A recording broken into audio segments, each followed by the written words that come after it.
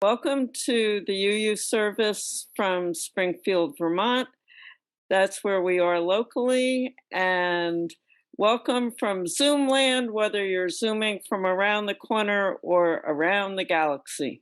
We're really glad you're here, and we hope that you enjoy our program.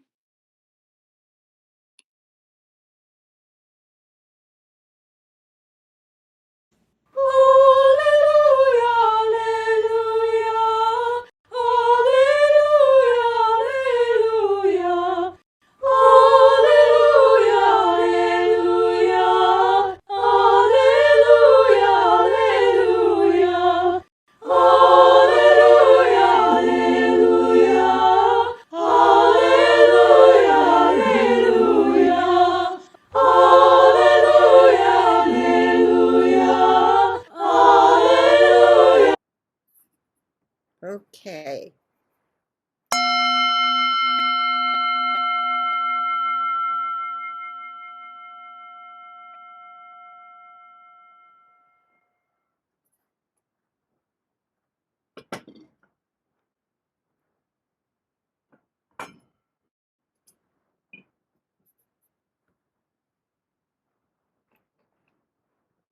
Deb, could you spotlight yourself too as you read the opening words?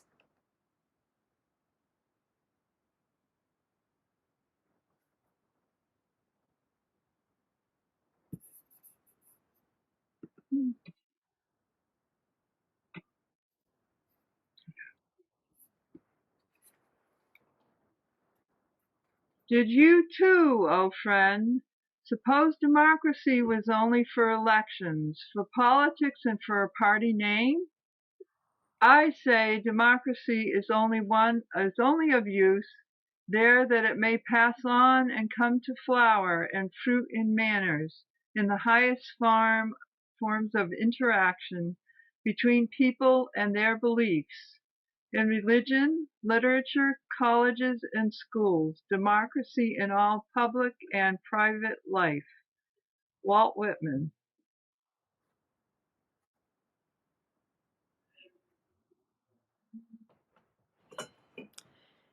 And now we will have an offering, a musical offering from Julaine and the virtual choir.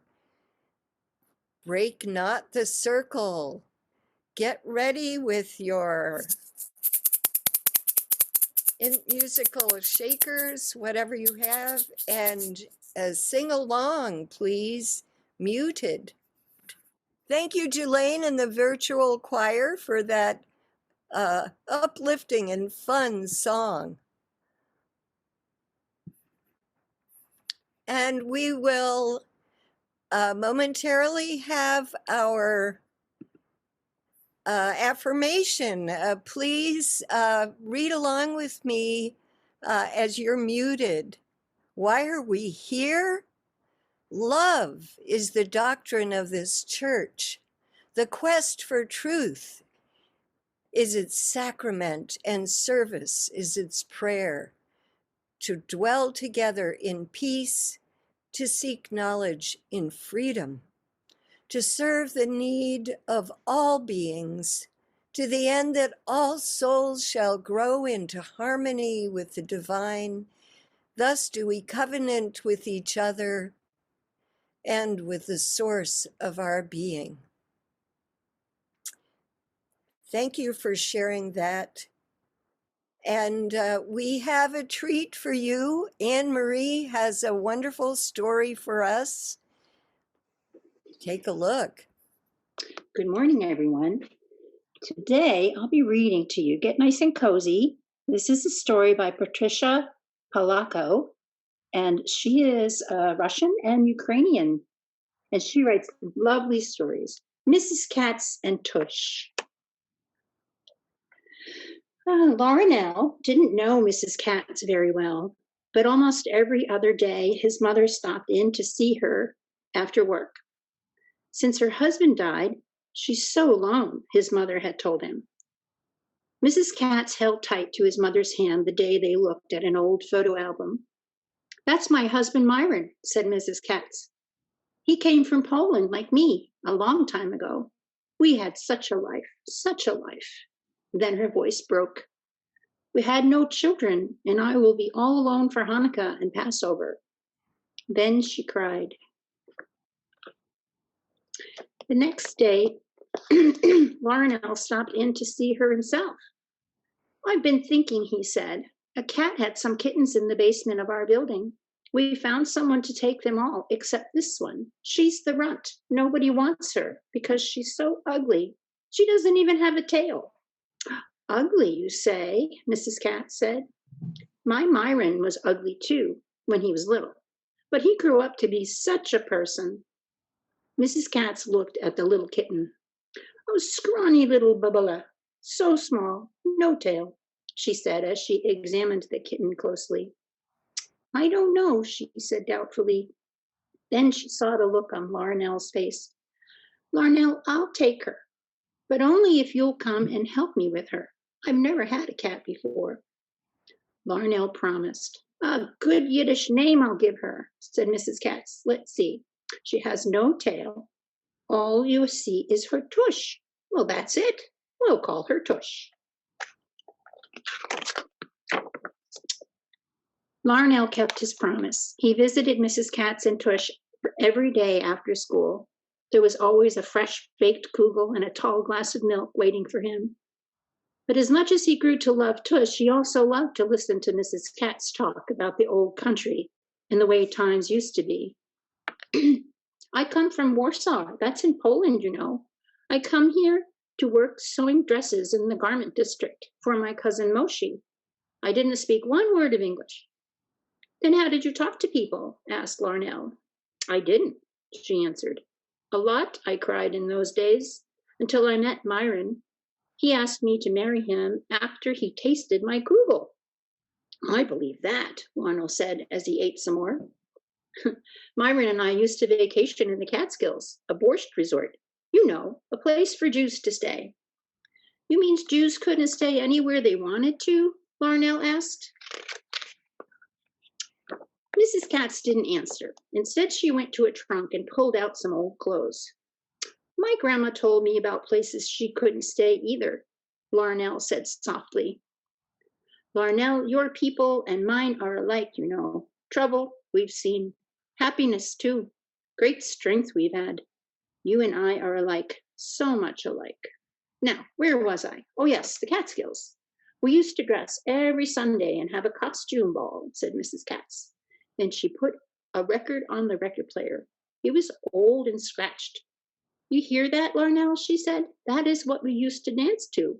It's a dance from my homeland. Here, I'll show you. They whirled around the room and they laughed and they giggled. As the weeks passed, Larnell spent more and more time with Mrs. Katz. Since you are family to me, Larnell, she said one day, I want you should come with me to say Kaddish for my Myron. I know you're not Jewish, but Myron would have liked you. You're such a person, Larnell. At the cemetery, she read from her book. Then she asked Larnell to put a small rock on top of Mr. Katz's headstone. We do this to remember, she said softly. Shalom, my Myron, she murmured, and wiped tears from her face. On the way home, she announced, Kugel, such a kugel I baked for you today, Larnell. Hurry, Tush will be worried for us, she said as they walked. When they got home, they called and called for Tush, but she didn't come. They looked everywhere. Suddenly, Mrs. Katz guessed the window to the fire escape was open. Oh no, she cried. I forgot to shut the window before I left. Poor Bubala. She has never been outside. We'll find her, Larnell tried to reassure her. She's been acting strange lately, Mrs. Katz said through her tears. She has been trying to get out, but I was afraid she would get hit by a car. I'll find her, Mrs. Katz, Larnell said. I won't let you down. It was getting dark. First, Mrs. Katz and Larnell looked around the building. Then they went everywhere in the neighborhood. They left notes on doors and telephone poles and fences. They asked everyone who lived nearby, but no one had seen little Tush. That night it stormed. It was rain, awful, awful rain. Mrs. Katz hardly slept as she thought about her little Kitakala. She's such a person, she whispered. Larnell worried of the night. What will Mrs. Katz do, he thought. Please, God, bring little Cat back to her, he said softly into his pillow. A loud knock on the front door awoke Mrs. Katz.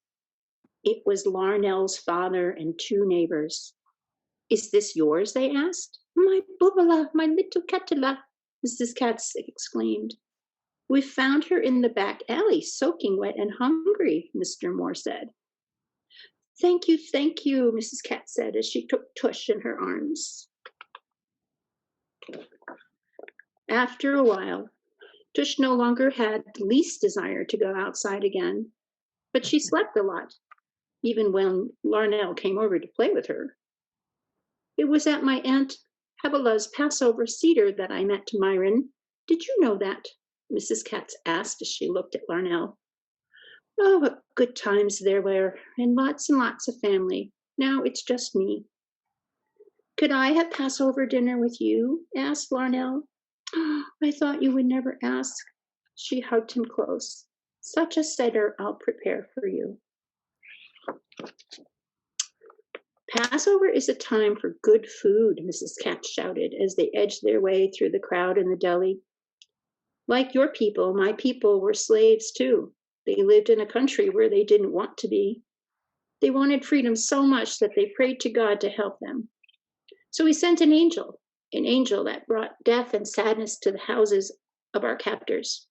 But the angel did not visit the houses of my people. How did the angel know where the Jews lived? Larnell asked. They marked the doors, and the angel passed over. Passed over, Larnell.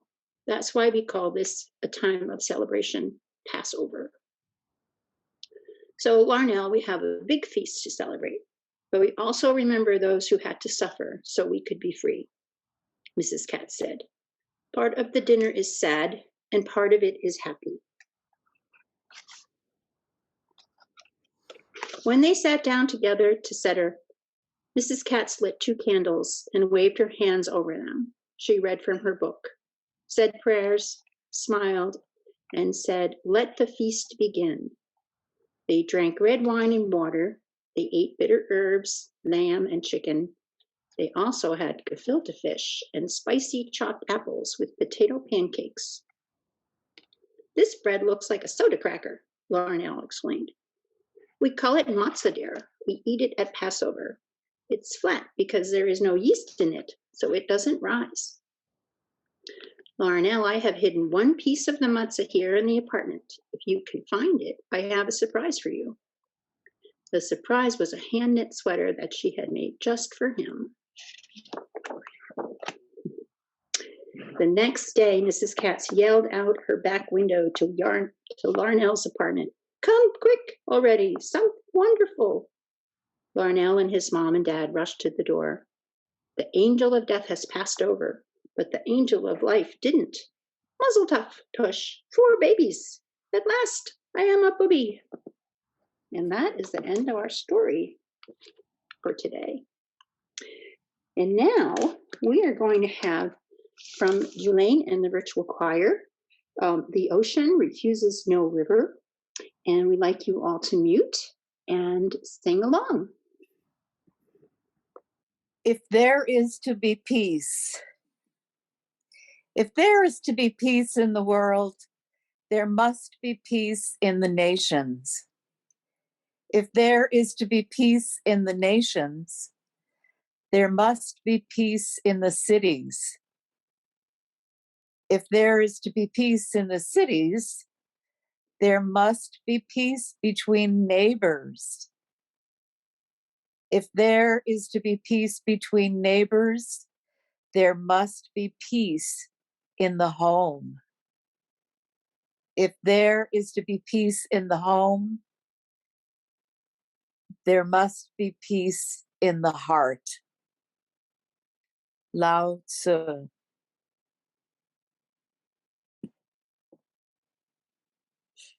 Thank you, Tina. So what we'll do now, I'm going to invite you to join a small meditation time. I'm going to invite you to sit comfortably, sit with your feet on the floor if you can, uncrossed. Sit with your spine straight. And if you can, close your eyes or have your eyes soft. Palms up for receiving, palms down for grounding. So put your hands in your lap one way or the other. And I'd like you to start by taking 3 slow, deep breaths. 3 slow, cleansing breaths. All the way down to your tummy.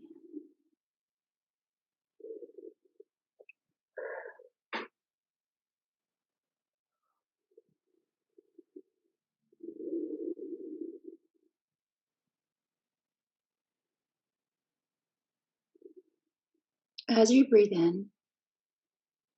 in peace. And as you breathe out love.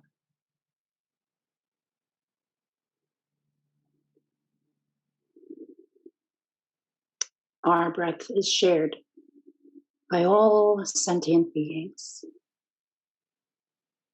Breathe in peace. Breathe out love.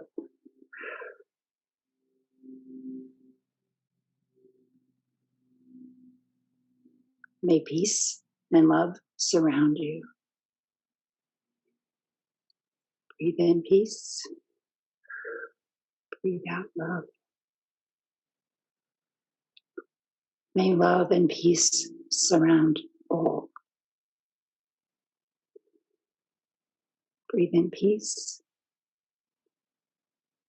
Breathe out love.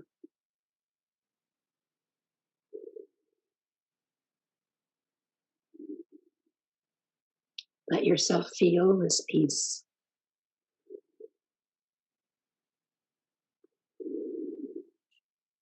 Let yourself breathe out love.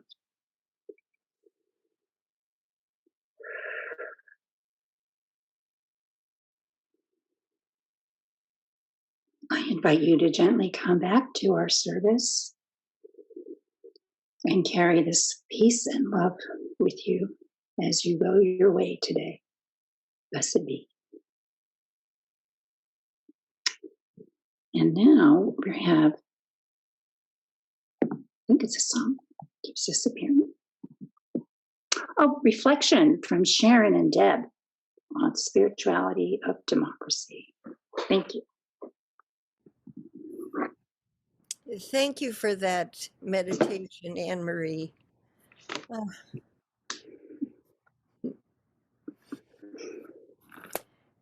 As we were preparing for our annual word service this past February, I chose the word democracy. And as it happened, other words took precedence, and we decided to save democracy for another time. In that word service on the 6th of February, we translated, "May peace prevail on earth." You may remember we had several people reading that in different languages, and we dedicated it to Ukraine. Our denomination's connection to democracy is embedded in our UU principles, which we will have momentarily put on the screen. You can look at these and see how inherent they are. A democracy is in here. The inherent worth and dignity of every person, and so on. You can see in number 5, the right of conscience and the use of the democratic process within our congregations and in society at large. Look at this, the goal of world community with peace, liberty, and justice for all. And I would posit that democracy is necessary in order to reach that objective. Thank you, Deb, for sharing this screen. In our own congregation, Diane Kemble reminded us back in September of 2018 of the importance of our Constitution in providing the framework for democracy. Thank you for that, Diane. Democracy is something we hold dear. In his book, Spiritual Democracy,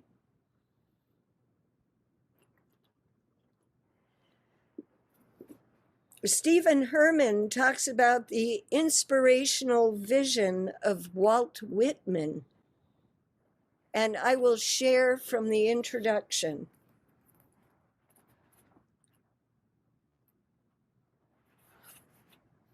This is a book about literary innovator Walt Whitman's vision, worldwide spiritual democracy. The principles of spiritual democracy are not necessarily unique to America, although the vision's uniqueness is American in the sense that it took an evolution of ideas to bring it to birth in a nation of many nations that refused to adhere to any one religion in its proclamation of a new notion of God. We as individuals and as humanity suffer from a lack of connection to other people, from religious and political strife, alienation from nature and its rhythms, militarism and corporate hegemony, resulting in environmental destruction, which we all see, to the point where our very survival as a species is in question. Adopting the big idea of spiritual democracy, the realization of the oneness of humanity with the universe and all its forces, can help people feel joy, peace, and interconnectedness on an individual basis.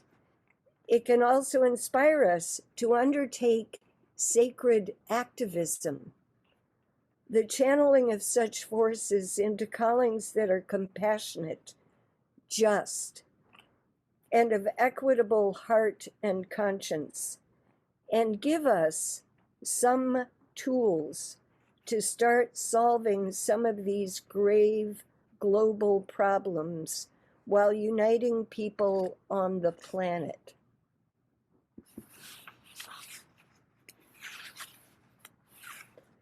Spiritual democracy embraces a notion of God in nature, a simple way of saying that we all come from God. Thus, spiritual democracy is the simple recognition of God in each person's nature, a truly democratic notion. As we all come from nature, we are all carriers of divinity. Therefore, spiritual democracy is the science of a God that must, by necessity, begin and end with nature. And this means our inner nature as well as our outer nature. As humans, we all face daunting global challenges. But Whitman gave us one of the best ideas America, or the world for that matter, has ever produced. For this, he can be widely celebrated today. It is more evident than ever that spiritual democracy is an idea whose time has come. And Deb has a slide of the 10 steps that Stephen Herman has in the back of his books for ideas of what we can do. So 10 ways to practice spiritual democracy. You may recognize these as things we have focused on. That's no surprise that we are in alignment with these things. Follow your conscience. Do what you believe is right. Immerse in nature. Yes, we know this one well. Practice vocalism was something that Walt Whitman promoted, is to go outside and speak out loud. Certainly you could just speak out loud out in nature, but you could also speak out loud when there are people within hearing. And watch your dreams for signs of what you could be learning and focusing on. And the next several speak to broadening our own horizons and bridging the gap with others who maybe have different ideas than you. So tolerance, look at judgments and projections, and considering a change in cultural attitudes. So reaching out, bridging that gap. Speak up, talk to people, say what you believe, and introduce others to spiritual democracy. So just a reminder of things that we can do. Thank you for sharing that slide, Deb. And now I turn this over to Deb for her reflections. I'm going to speak about David Corton. And for those who don't know him, he is an author and the founder of Yes Magazine, which is a wonderful magazine that gives examples of people and places where people are really connecting with the earth and with each other and building community and doing all sorts of positive things to help improve our lives. And it's really connected with spiritual democracy. David Corton wrote a book called The Great Turning from Empire to Earth Community. And the book is 10 or more years old now, but I read it a while back, and this idea of 5 stages of human consciousness has stuck with me for all these years. So I really feel this is connected with what Sharon was saying about spiritual democracy, because spiritual democracy is working towards the higher levels of human consciousness. And if you look at the slide, there are 5 categories or stages that Corton identified. And obviously this is just a summary and it's an oversimplification, but it's to give you an idea of how far most of us have come as a human species, and also that individuals are at various points on this scale. The magical consciousness is back from the early days of empires and even before that, when people just just did what they wanted to do, and didn't really pay attention to the consequences for other people. This is really, really early in the human development. Imperial consciousness is about power. So the power seekers play up to the powerful and exploit the oppressed. And you can think of, well, if you go back to the story Anne Marie read, there was a mention of the Jewish people being kept in captivity. And of course, that was in Egypt. And Egypt was an empire at that time. Later, Rome was an empire. Later, the Netherlands were an empire. Later, Great Britain was an empire. Now the United States, arguably, is an empire. Meanwhile, even though those things are still going on, we have advanced into a socialized consciousness of being good citizens, who play by the rules, expect life to be fair to them. If I play by the rules, I expect to get what I'm supposed to get in life: a good job, money, raise a happy family, so on and so forth. Corton mentions that this group largely comprises the swing voters in our country, and that most people in the United States are here. Then there's cultural consciousness. Cultural creatives. These are folks who see the possibility of creating life-affirming societies. This is really getting into spiritual democracy. He felt at the time about 50 million people were in this category, or the following category, which is the highest stage of cultural democracy. And unfortunately, I can't see it. Okay, here we go. The final stage, the utmost stage, or stage 5 as he called it, is spiritual consciousness. Spiritual creatives are evolutionary co-creators, which means we are taking steps, and Sharon outlined some that could be very useful, to create a better world, to connect with each other, to connect with nature. A lot of the things that we've been talking about over the past several years, and really build the kind of society that we want, to really build community.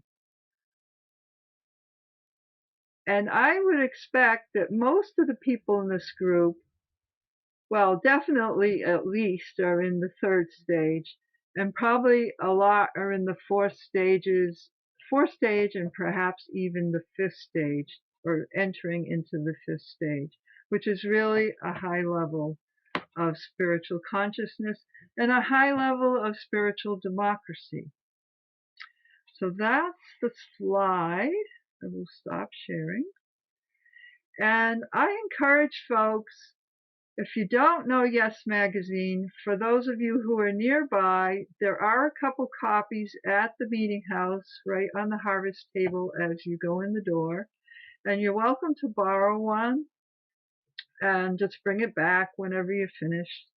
Read David Corton's books, or you can look up on the internet and you can see recordings that he's done on YouTube, and you can see his website, and you can see information about all of this sort of thing. And I really think the connection between the spiritual democracy and the stages of human consciousness are so closely interlinked, as well as our UU principles. They go there as well.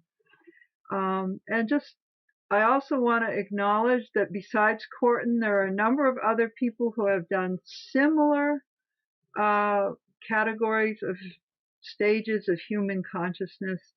And there, there's more than one way of looking at it. Their specifics might be different, but the general idea is that we evolve as a species, that we started out in very small bands or as individuals, and then joining small bands who fended for ourselves. And now we're at a point where we need to look at the connections among all things. and carry out a lifestyle that will support that. So that is the end of my portion. I'll turn it back over to Sharon. And actually, Deb, if you'll stay on, what we would like, thank you. We would like to open this up for comments. This whole situation of Russia and Ukraine and the rent in the fabric of the earth, of the universe, of our world, has touched us all. And I feel it's important to give voice, if you feel so called, to what you're feeling, especially as it relates to this topic. And we have a couple of questions to stimulate your thinking. How can you be part of this human evolution of consciousness? And what is one thing that stands out to you from today's service? So if we can go to gallery view, and if you want to just wave your hand, if you have a comment, we'll call on you and you can unmute. And we'd love to hear what you have to say. What's on your heart or mind? Okay. Dan, I see your hand. I'm unmuting here. Okay. Did I successfully unmute? Yes. All right. The thing that struck me about this first off is that in a service about democracy, there was very little mention of voting. And it seems to me that if, from what I learned about democracy, voting is central to it. And if we're attempting to bring democracy into our church, then we would be attempting to do more voting on various issues. And we would support that with whatever sorts of things are needed in order to make voting something that's effective and not like a Russian election. Oh, but thank you very much, Dan, for bringing that up. Obviously, in a very short reflection, we can't bring up everything about democracy, but you are absolutely right, and it's so important. Voting on lots of levels in our church and in the world, and how that happens. I don't think that voting in our church community is as threatened as it seems to be in our country, especially in various states that are making it harder. But there are board members here, and perhaps they will pick up on your advice to add the opportunity to vote in a way that's effective or more effective going forward. Something to keep in mind. Thank you, Dan. Anybody else? Kelly. Kelly? Thank you. I picked up on the concept of voting, and with Sharon, there are more ways to have our voices heard than voting. Voting is being used to delegitimize voices because voting is mob rule. If you look at the majority, or the whole argument about the Electoral College means that the presidential candidate who gets the most votes doesn't necessarily get elected. And so what we're really trying to vote to do is solve problems and meet everyone's needs in our Unitarian concept, rather than in the democracy as it's now structured. At the end of the day, it's mob rule, that you vote, and the biggest vote getter is what is implemented. And I think that while it is important to focus on who gets to vote, fundamentally, it's even more important to vote to influence what we're voting on so that nobody loses when we reach a decision that is essentially by consensus. There are different ways of doing so. And having a vote is not necessarily as strong as other things. My friend Ian here in upstate New York has spent all of his adult life in the United States, but he remains a Canadian citizen because he feels that he can influence his environment more by influencing others to vote than by expending his effort and making the choice to actually get U.S. citizenship to be able to vote. So I think it's a very important thing to think about. Voting is one piece of the puzzle to ensure a democracy, and using our votes to craft the whole institution. Thank you, Kelly. One thing we did not take on in the service at all is all the various kinds of democracies that there are, and what are the ramifications of all these different types. Electoral college, good point. So we have Dick, and then Anne and Lynn. I see your hand, but they have raised their hands already on Zoom. So Dick, go ahead, and then Anne. Okay. When you raised the question of the Russia-Ukraine situation in connection with spiritual democracy or democracy in general, it brings a lot of thoughts to my mind because I've traveled quite a lot in Russia and the former Soviet Union in between 1990 and 1988 and about 1992, which of course is a fair long time ago at this point, but some things don't change very fast. And one of them is my conclusion that Russia is essentially a dysfunctional culture. And by that I have in mind that the thing that struck me the first time I went there with the New England Society of Newspaper Editors on an exchange with the Soviet Union of Journalists. And the thing that struck me was that in Russia, virtually all relationships are power relationships. And it explains everything from the mundane, which was and often still is, the very poor treatment that customers get in stores because it's the one chance for the clerk to exercise power by ignoring you, to what's going on in Ukraine now.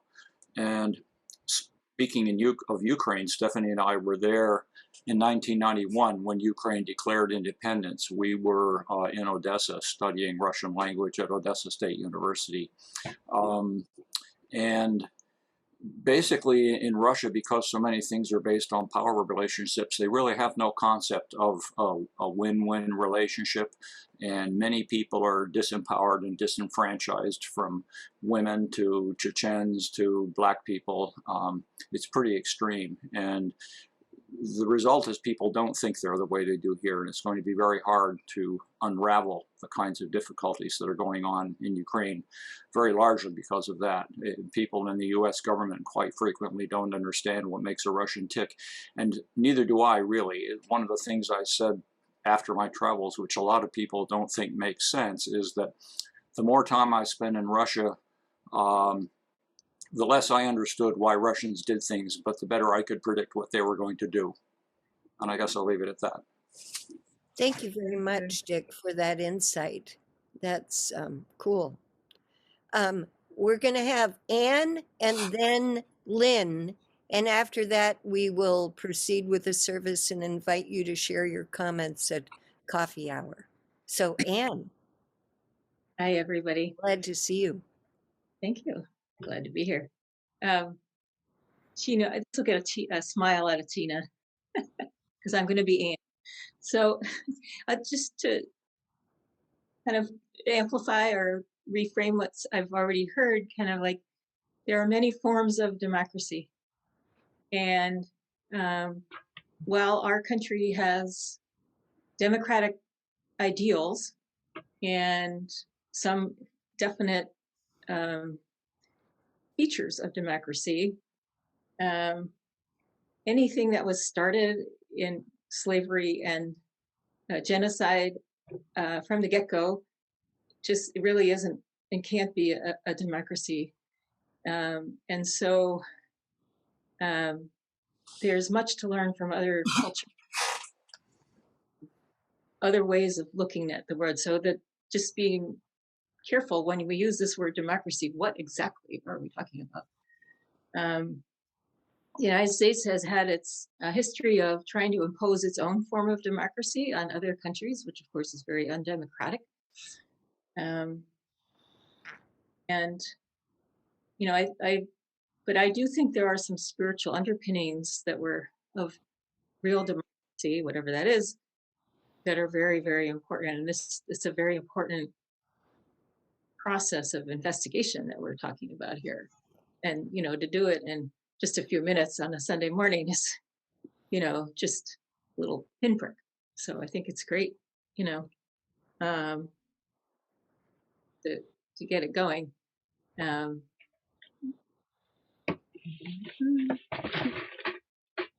Okay, thank you very much, Anne. I invite us all to stay and keep that conversation going. But first we have Lynn.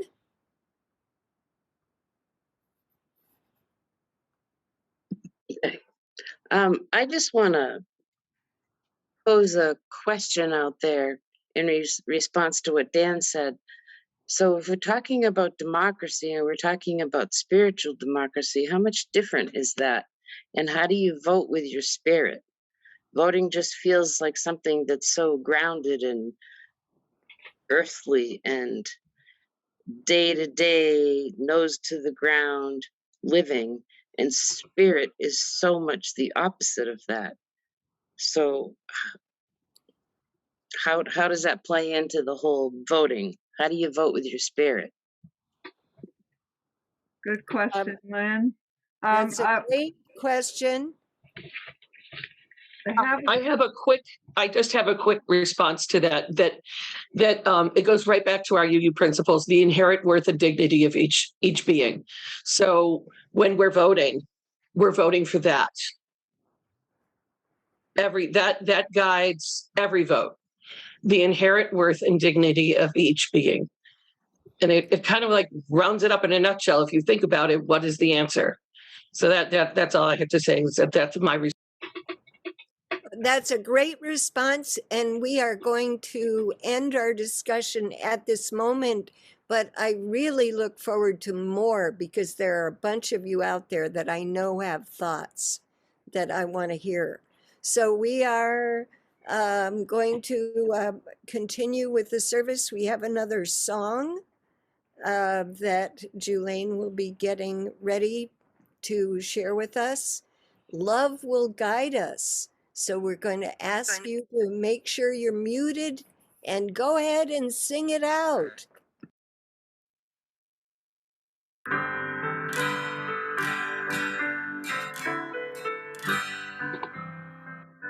Love will guide us, peace has tried us, hope inside us, lead the way on the road from me to healing. Love will guide us through the hard night. If you cannot sing like angels, if